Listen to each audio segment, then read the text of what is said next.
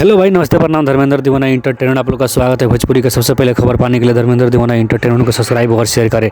देखिए, power star Pawan Singh का जो पत्नी ज्योति सिंह है कि काराकाट से चुनाव लड़ सकती है, क्योंकि एक मीडिया का इंटरव्यू के माध्यम से जो ज्योति सिंह है बोली है कि अगर पार्टी टिकट देगा तो देगा, नहीं तो हम तो निर्दलीय भी चुनाव लड़ सकते हैं। क्योंकि पावर स्टार पवन सिंह का पत्नी निर्दलीय चुनाव लड़ सकती है या पार्टी से मिले टिकट तो लड़ सकती है। ठीक है, कुछ दिन पहले देखने में आया था कि जो आरजेडी का नीतीश कुमार का पार्टी है, जो उससे कोई नेता होता से बात थोड़ा चीज़ चला है, पर उसमें कोई बात नहीं है। और जो जहाँ से भी होगा वहाँ से भी ज्योति सिंह चुनाव लड़ने के लिए तैयार है, या निर्दलीय लड़ना पड़े या पार्टी टिकट दे दे। ठीक है, अब एक बात और है कि पवन सिंह ज्योति सिंह का प्रचार करेंगे नहीं करेंगे।